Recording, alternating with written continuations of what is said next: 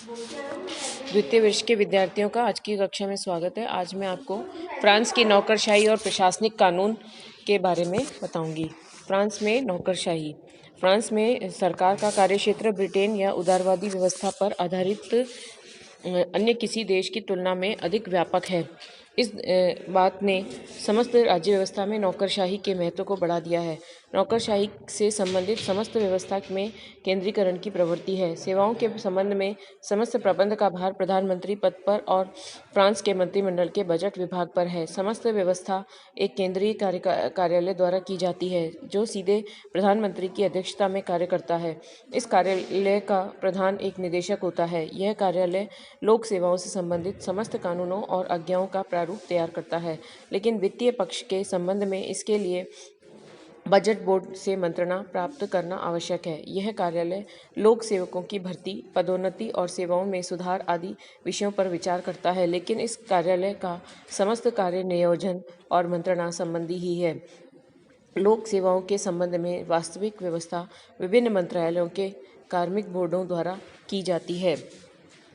लोक सेवा के कार्य और भूमिका। फ्रांस में लोक सेवा के कार्य और भूमिका के संबंध में एम डोब्रे ने कहा है, सरकार की सामान्य नीति के अनुसार प्रशासनिक मामलों का संचालन, कानूनों, अधिनियमों और मंत्रिमंडलीय निर्णयों का प्रारूप तैयार करना, उनकी क्रियान्विति के बारे में निर्देश देना और समस्त प्रशासनिक व्यवस्था में समन्वय स्थापित करना है। संक्षेप में नौकरशाही को हम इन बिंदुओं में भी समझ सकते हैं। पहला, नियोजन और निर्देशन के कार्य। दूसरा, प्रशासनिक पहल और निर्णय के कार्य।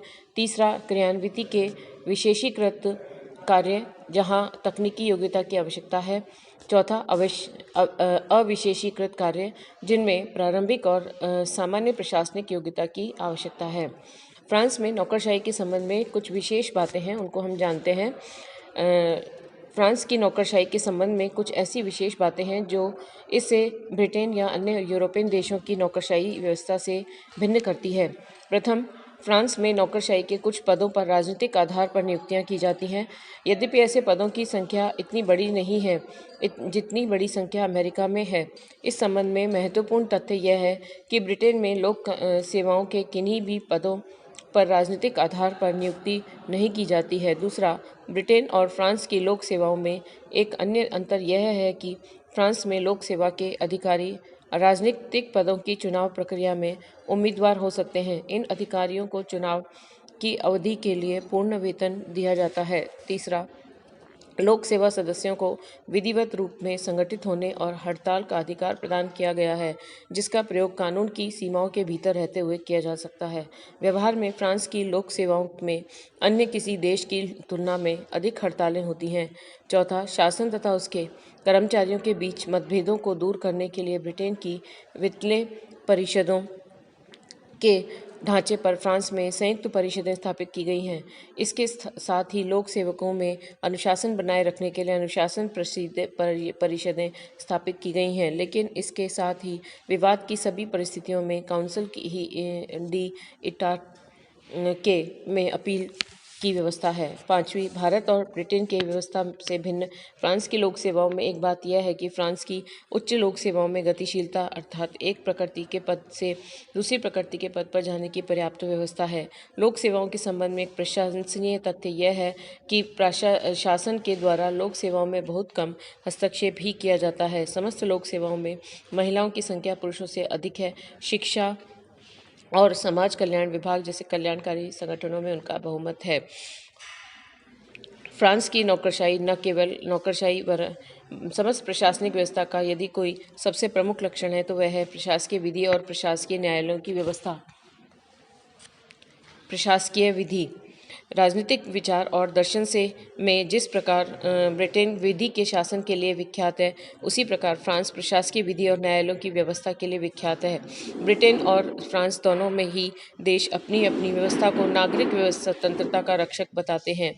प्रशासकीय विधि की परिभाषा। प्रशासकीय विधि की परिभाषा और उसके क्षेत्र के संबंध में विद्वानों ने भिन्न भिन्न विचार व्यक्त किए हैं।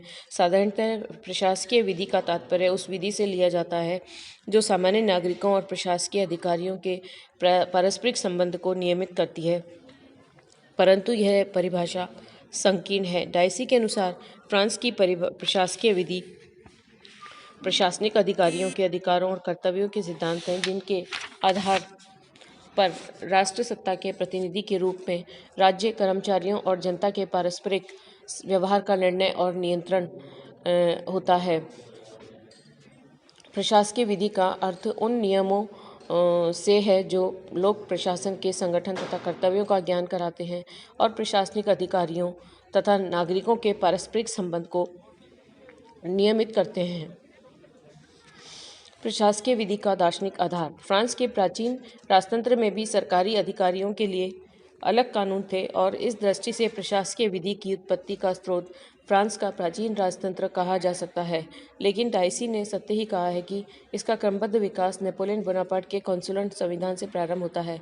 यद्यपि तब से अब तक इसमें अनेक परिवर्तन हो चुके हैं, लेकिन मूल रूप अब भी वही है। उसकी उत्पत्ति तथा विकास में दो विचारधाराओं ने योग दिया है। प्रथम रोम का वैधानिक दर्शन और द्वितीय मॉन्टेस्क्यू का शक्ति पृथक्करण सिद्धांत। रोमन वैधानिक दर्शन की मान्यता यह है कि राज्य साध्य है और व्यक्ति साधन। प्रशासकीय पदाधिकारी क्योंकि राज्य सत्ता का प्रतिनिधित्व करते हैं, अतः उनका एक विशेष स्थान है और उन्हें सामान्य नागरिकों के समान स्तर पर नहीं रखा जा सकता। अतः राज्य पदाधिकारियों के लिए सामान्य न्याय के शक्ति विभाजन सिद्धांत का फ्रांस पर व्यापक प्रभाव पड़ा था, जिसके अनुसार व्यवस्थापिका, कार्यपालिका और न्यायपालिका के कार्य क्षेत्र एक दूसरे से पृथक तथा स्वतंत्र होने चाहिए। अतः इस विचारधारा के अनुसार कार्यपालिका पदाधिकारियों को न्यायपालिका से पृथक रखा गया है।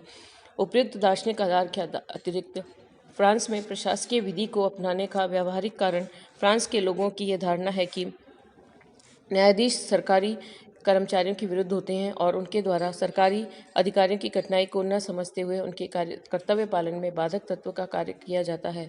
नेपोलियन का कहना था कि न्यायाधीश सरकारी पदाधिकारियों के शत्रु होते हैं और अतः उनके अनुचित हस्तक्षेप से सतर्क रहना चाहिए। अतः प्रशासकीय अधिकारियों को सामान्य न्यायालयों के कार्यक्षेत्र से पृथक रखा गया है। प्रशासकीय विधि का स्वरूप। फ्रांस में दीवानी विधि लिपिबद्ध है और नेपोलियन द्वारा निर्मित संहिता ने दीवानी विधि को स्थायी रूप प्रदान कर दिया है, परंतु प्रशासकीय विधि लिपिबद्ध नहीं है और परंपराओं पर आधारित है। प्रशासकीय विधि वस्तुतः प्रशासकीय न्यायालयों के निर्णयों का समूह है और इस रूप में उसकी तुलना इंग्लैंड के न्यायाधीशों द्वारा निर्मित विधि से की जा सकती है। प्रशासकीय विधि की इंग्लैंड के विधि के शासन से तुलना।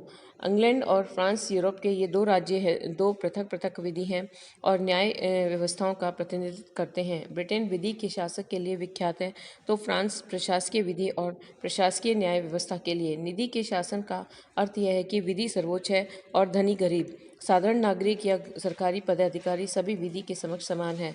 प्रोफेसर डाइसी के विचारानुसार विधि के शासन के तीन स्पष्ट अभिप्राय हैं। पहला, किसी भी व्यक्ति को उस समय तक दंडित नहीं किया जा सकता जब तक साधारण न्यायालयों में साधारण कानूनी प्रक्रिया से उसके विरुद्ध कानून भंग करने का आरोप प्रमाणित न हो जाए।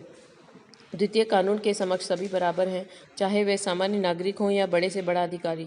तृतीय, सभी के लिए एक ही प्रकार के कानून हैं और एक ही तरह के न्यायालय की व्यवस्था है। इस प्रकार ब्रिटिश शासन व्यवस्था के अंतर्गत साधारण व्यक्ति और सरकारी अधिकारी में कानून की दृष्टि से कोई भेद नहीं किया जा सकता और सभी के लिए एक ही प्रकार के कानून और न्याय व्यवस्था हैं। लेकिन फ्रांस की व्यवस्था ब्रिटिश व्यवस्था के विपरीत है।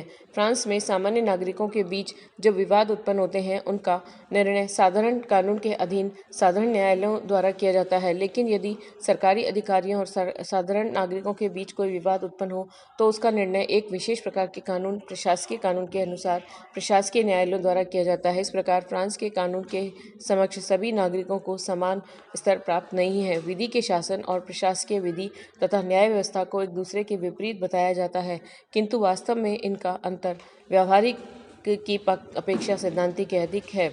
ब्रिटेन के अंतर्गत वर्तमान समय में विधि के शासन के अंतर अनेक अपवाद हैं। ब्रिटिश न्यायालयों में शासकों और कूटनीतिक प्रतिनिधियों को कतिपय उन्मुक्तियां प्राप्त हैं। गृह सचिव को पूर्ण अधिकार है कि वह किसी भी विदेशी नागरिक को ब्रिटिश प्रजा होने का प्रमाण पत्र दे सकता है, किसी के प्रमाण पत्र को रद्द कर सकता है या अवांछित विदेशी की देश से बाहर निकाल सकता है।